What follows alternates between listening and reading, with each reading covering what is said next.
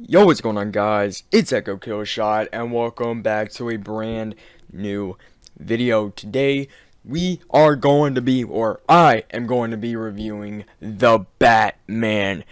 The first Batman movie, well, solo Batman movie, that we've gone in 10 years. There's been a lot of Batmans throughout the course of, the past decades, and they've all in some way been amazing performances. Yeah, I'm totally saying that with a grin on my face if we're talking about Val Kilmer and George Clooney. But aside from that, each Batman has a special place in my heart. Batman has been a part of my childhood and most likely a part of your childhood too. So it is without a question that I was hyped for this movie.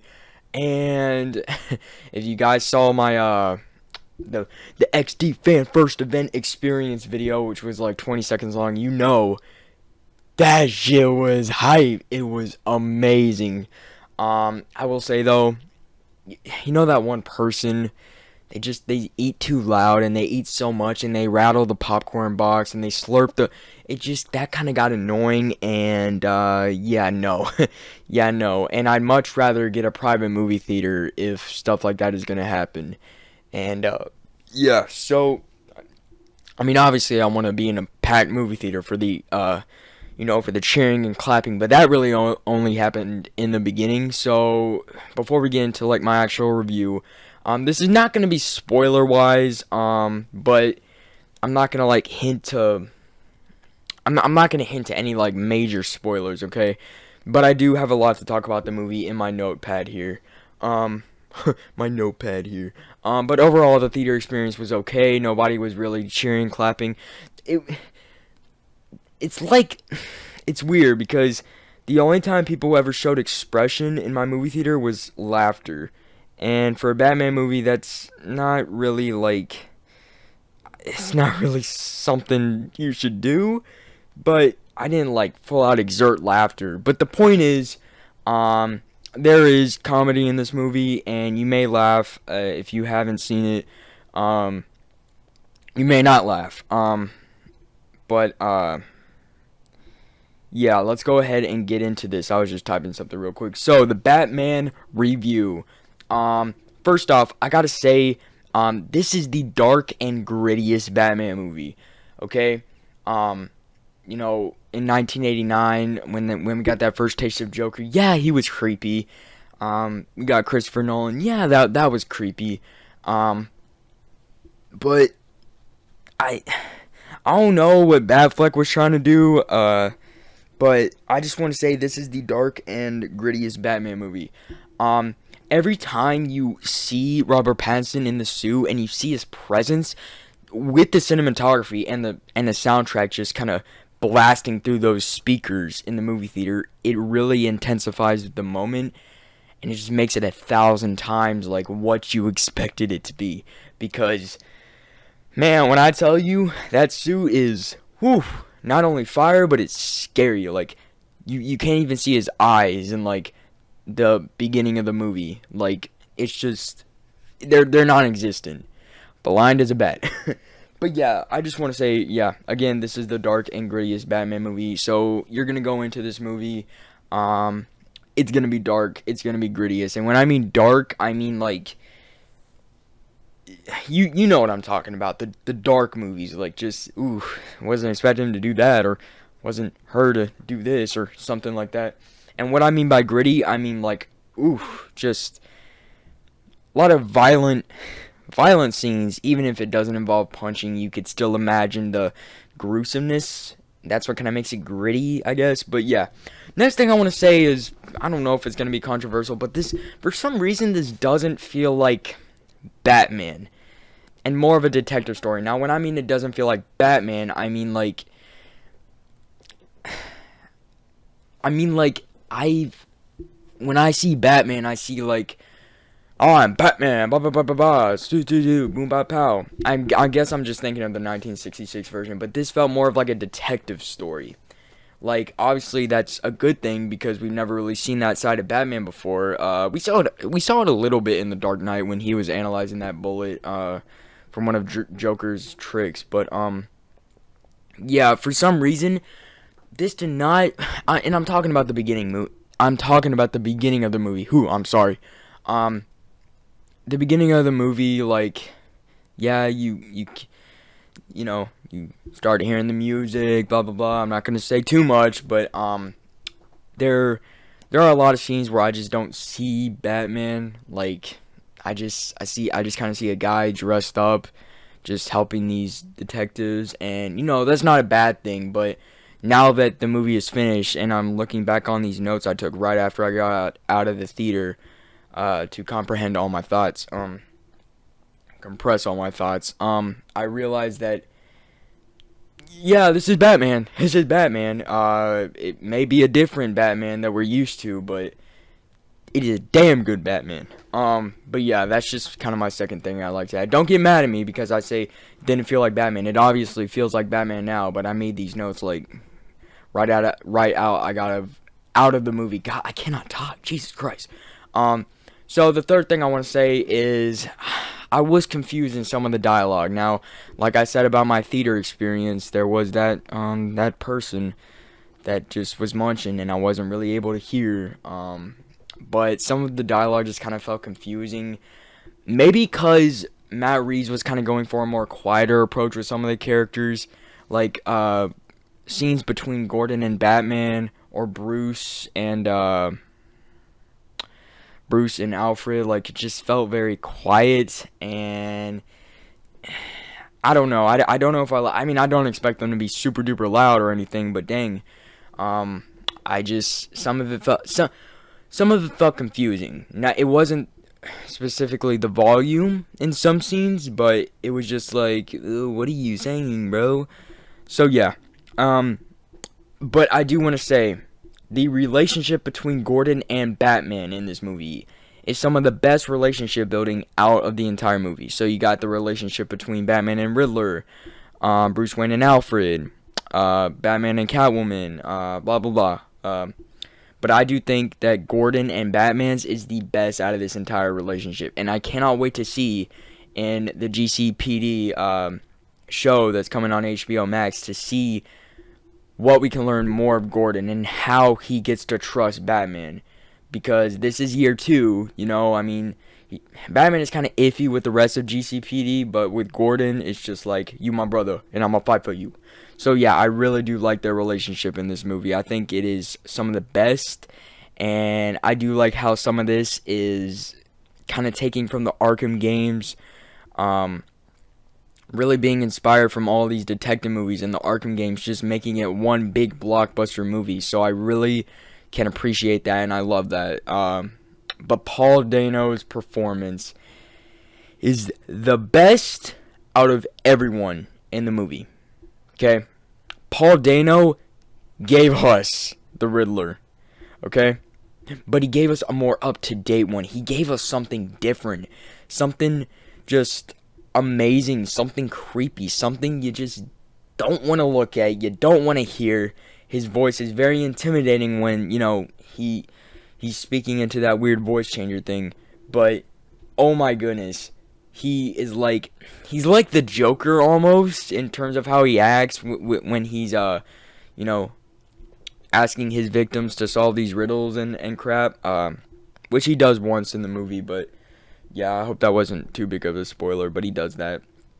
And the way he just kind of mocks people. He's explaining why he's doing this. He's very optimistic in what he's doing. And, it's just so good. Even when he's not speaking and he's communicating in different ways to Batman and Gordon, it is just still creepy. It's such a creepy presence. And the beginning of this movie will make you feel that presence throughout the 3-hour runtime. And it is amazing. And I really do love that. Paul Dano, starting to become one of my favorite actors. Definitely got to watch more of his movies other than The Girl Next Door. But yeah. So next thing I want to point out is there was not that much action as expected, but every time there was an action scene, it was amazing. I'm talking about the Batmobile chase, obviously that scene from the end of the teaser trailer where he's fighting all those skeleton dudes. those are the action scenes that are really amazing and really stand out. I do feel like most of this movie is taken over by detective work and kind of Bruce just talking with Falcone and just a lot of dialogue in between. But whenever there is an action scene, it pays off. It's just sold immediately. And that's just amazing. That's just amazing how Matt Reeves can get all these action scenes, right? If it was just the action scenes in this movie, like if Matt Reeves just made a 3-hour Batman movie where it's just action nonstop, no dialogue, only thwipping and not thwipping, boom and dong and all those sound effects, it would still be an awesome movie because we get to see Batman kick more ass. I hope in the sequel, we do get to see Batman go just amazing, and he does that at one point. He goes full ballistic, and it's just so awesome, and very menacing too. So next thing I want to say is that it's kind of weird, but it's kind of just like okay. So every time Batman walks in the frame, every time, okay, I've like captured this while I was watching the movie.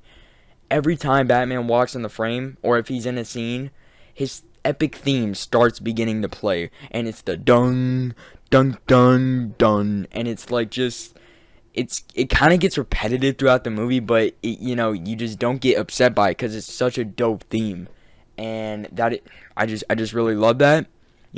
It's just very, you feel the presence of Batman, and yeah, I just love that.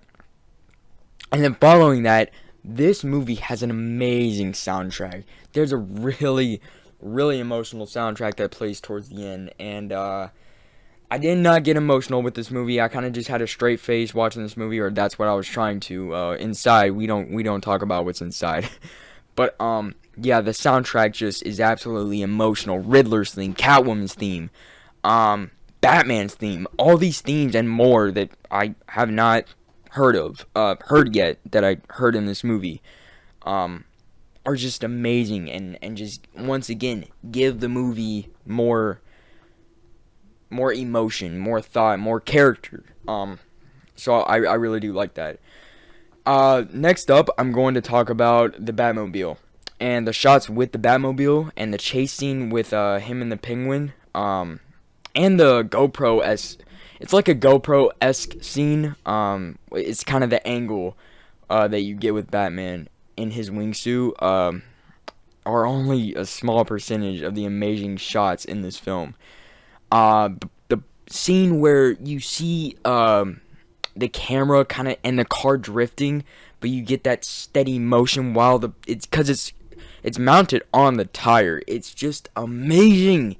Once again, it gives the movie a whole new feel. It gives cinema a whole new feel. Like if Fast and Furious gave us a lot of those shots, Fast and Furious 9 would have been better. But yeah, my goodness. I'm not gonna talk about that Batman versus Penguin chase scene, but it is amazing, man. It is one of the best chase scenes ever. So yeah. Now we're getting on to some of the negatives. Yeah, I had negatives in this movie. And this will get political for some of you.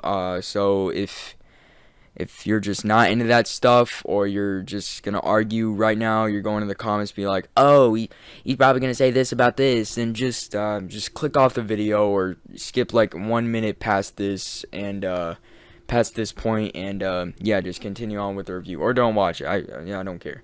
But yeah, one of the negatives I had was with Zoe Kravitz, or Catwoman, talking about white supremacy, these white supremacy assholes. I'm saying the direct quote. I did not like that. Just look.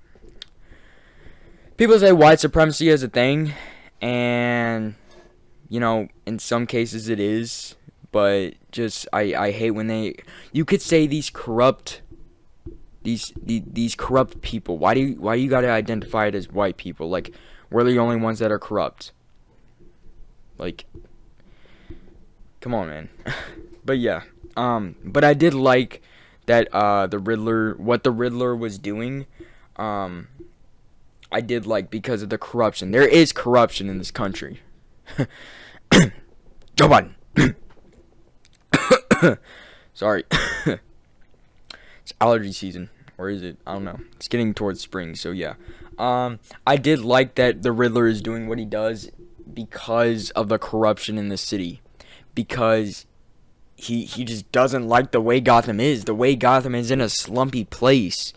And that's because of all these corrupt people making these promises, and why he's becoming this symbol of hope for some of his fans. And just all that stuff. I really dig that.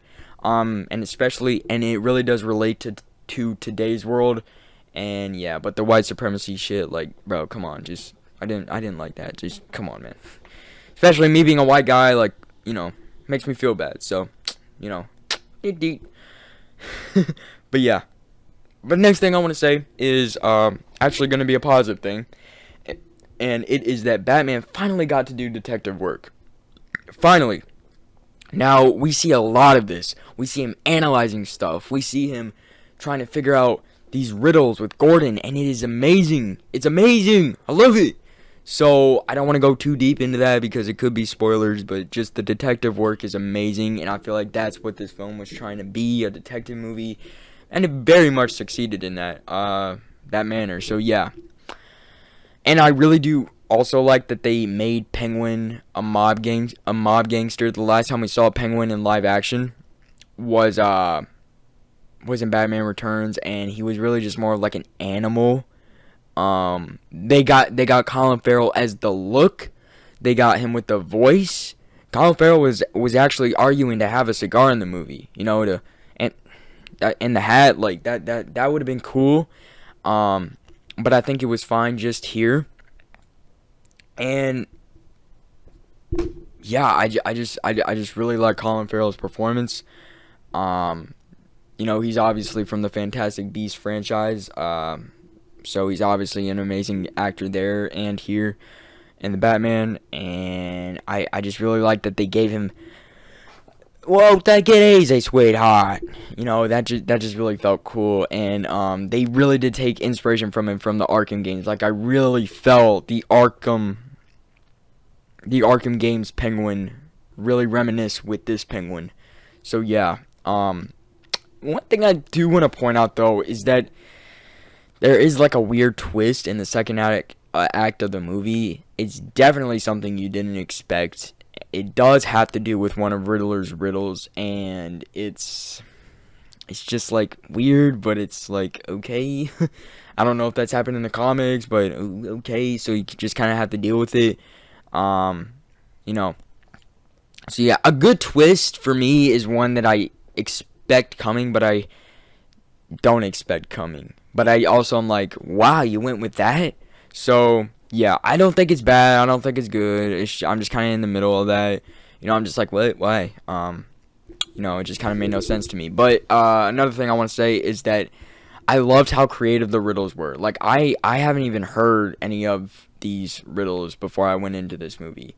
Well, obviously in the trailers and stuff, but I loved how he made them, the Riddler made them so unique, how he put them in these little gift cards made for Halloween. It was just so cool. It was so cool. And every single riddle made sense. And I love how we were there with Batman and Gordon and the rest of GCPD trying to figure out and analyze the riddle. That is just amazing. I love that.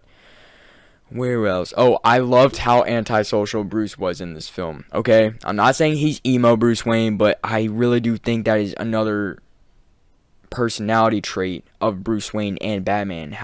Not Batman, but Bruce Wayne, how he's antisocial, but when he's in the night, he is as comfortable as ever. He just feels himself in the night. Okay?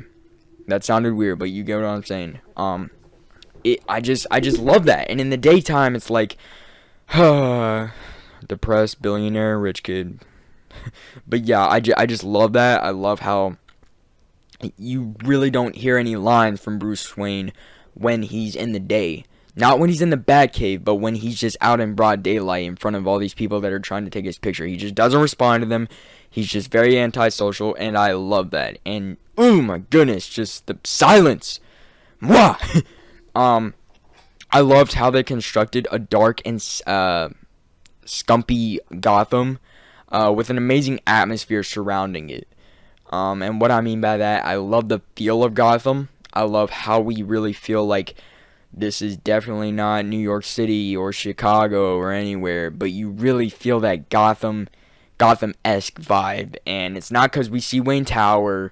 It's just the overall how it's most of this movie takes place at night, so I guess that's the reason for it. But it's amazing how they were able to do that, man. It's amazing. I really love the set pieces and locations that they were all well picked. I'm assuming by Matt Reeves. Chicago. I'm pretty sure. What is it? Liverpool or someplace like that. I thought that was amazing. And I did not see any Chicago whatsoever because they completely formed into Gotham. Just another thing. And I also loved the Batcave and its uniqueness. How it doesn't take place in a cave, really. I mean, yeah, we call it the Batcave because, it's the Batcave.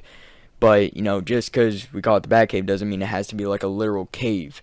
In this case, it's a railroad, or it's a railway, old abandoned railway Wayne stop. And I love how he uses that, builds off of that. In the prequel book, there is a prequel novel book that explains much more of this. Okay? Bruce Wayne, hand by hand, builds the Batcave. That's all I'm going to say. I'm not going to spoil anything else from the book. Just want to let you know that is just so cool, and it makes and yes, there's bats. Yes, there's bats in the freaking the Batcave in this movie. Gotta have those, of course. Yeah, I really love that.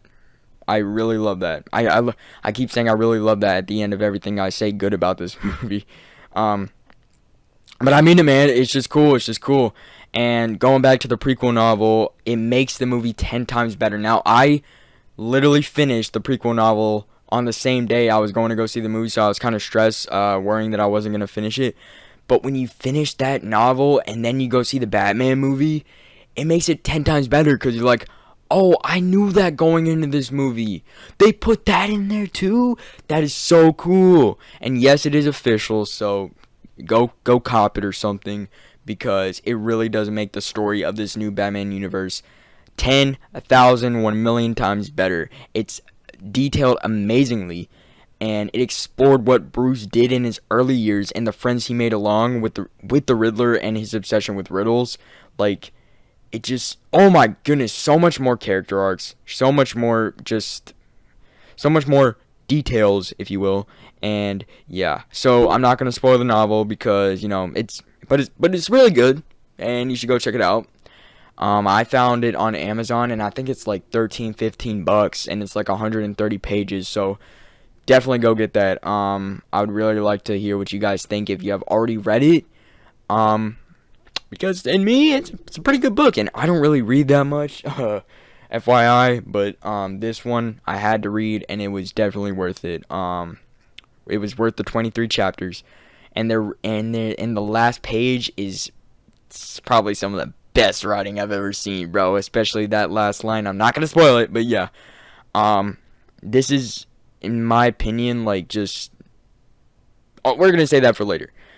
Back to the comedy, where my theater was kind of laughing at some of the mild jokes. Like, I didn't laugh at them, in my opinion. Like, I could see why people would laugh at them. Some of the looks Batman gives through his cowl towards Catwoman or Penguin or somebody is just kind of silly to me. We don't really see Batman smile or Bruce Wayne smile, but when he does, it's just, hey, at least he has more emotion than just being depressed, But yeah, yeah, just had to say that. And now to my second to last final statement on this film. This movie, for me, overall is an 8.5 out of 10. Reason I don't give it a 10 out of 10 is because, well, the white supremacy crap, some of the dialogue I couldn't understand. Some of these are just personal issues, but that's what opinions are for, so deal with it. But yeah, it's just, some of that stuff didn't really balance well in this movie. The runtime was perfect. The pacing was amazing. The that and the action and the cinematography and just the plot and everything, the characters, the relationships, everything, set piece, just everything else is amazing and it's perfect.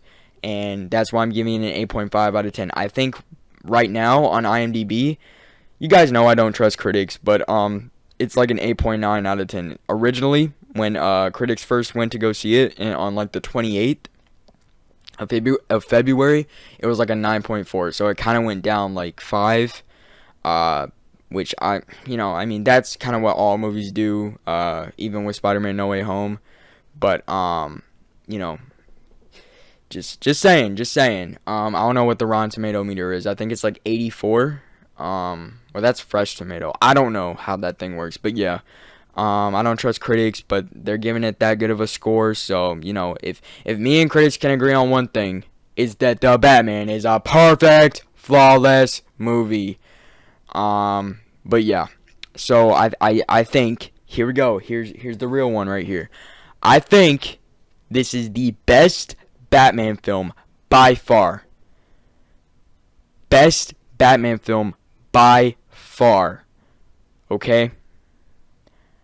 Just getting this new universe and us already feeling comfortable knowing that we know this character, but knowing that we explore more of it as we go with this 3-hour amazing motion picture.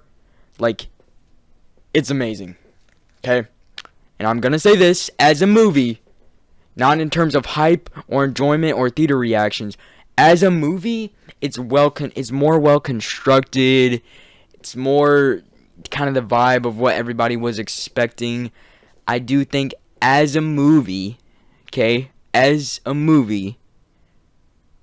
it's better than Spider-Man No Way Home. But Spider-Man No Way Home will always have a deeper place in my heart than this movie. Always, okay? You can never take that emotional joy away from me. And that sentimental value away from me. I still think No Way Home overrules The Batman for me, but as a movie, I can agree with most people, like yourself, that this is the better movie. Is it rewatchable? Yes, and I might need to see it a second time to kind of compress more thoughts, maybe tell you guys more what I think, but I'm definitely going to go see it a second time. But, I mean, that crap is long, bro. I don't know if I could sit through that. But, hey, it's Daddy Batman, so I kind of have to. But, I just want to say, like, this does not degrade The Dark Knight. Even though I say it's the best Batman film by far, it does not degrade The Dark Knight and its amazing performances and directing by Christopher Nolan. Christian Bale, Heath Ledger, Aaron Eckhart, it's Two-Face, Joker, Batman. In no way does it degrade the performances. I still think if I were to choose between Heath Ledger's Joker and Paul Dano's Riddler, I would choose Heath Ledger still in a heartbeat. That performance was just unreal. Same with Paul Dano's, but we're talking the Joker against Riddler. I'm taking the Joker just because we know him more as a character in the comics. He's more known than Riddler is, and I'm just really happy with both performances. They're both flawless. But at the end of the day, Heath Ledger's is gold. That's why he won an Oscar for it. I hope Paul Dano wins Best Supporting Actor in 2023 because of this movie. I hope he wins that. He deserves that, okay? He's definitely one of my Oscar choices this year. Definitely. So, even though Heath Ledger passed away, his reign of Best Supporting Actor in a DC movie period, not just Batman movie, DC movie, is golden, and it's number 1 all the time. But yeah, guys, that's my review on the Batman. This movie really was special to all of us in a way. Not only because when it first got announced, all of us were hyped. We were hyped when Matt Reeves was directing. We were hyped. Some of us were hyped when Robert Pattinson got casted. We all thought he was going to be Vampire Emo Boy, but he became something more than that. He became the Shadows. He became the Night. He became Vengeance.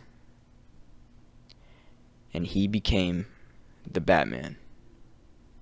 Thank you guys for watching this review. Can't wait to do more reviews like this. This has been a good 30-minute review, my longest review yet, and I'm happy. I'm happy I got to express my thoughts on this film, and I want you guys to do the same in the comments down below. Sorry that my voice was a little bit sloppy throughout the review. This is going unedited aside from all the amazing pictures that you're going to be seeing of this movie. But yeah, guys, I'm really happy that this movie is possible, and I'm really excited for the Penguin TV show coming out this year on HBO Max. I think it's coming out this year, and the GCPD show based around Gordon. It's just going to be more amazing. The Batman, I don't even know what we can call this universe. Should we just call it the main Batman timeline universe, since this is the most comic accurate Batman in the history of all Batman? Ding ding. Yes, sir. But yeah, don't forget to like, subscribe, do all that, because it really helps me out a ton. Trying to get to 600, at this rate. Maybe by the end I get out of school. I get out of school in like June or late May. So, it would really help me out if we can get to 600 by then. Because I really do like sharing my thoughts with you guys. And for my ending statement, I just want to say one thing. I am the shadows. I am vengeance. I am the Batman.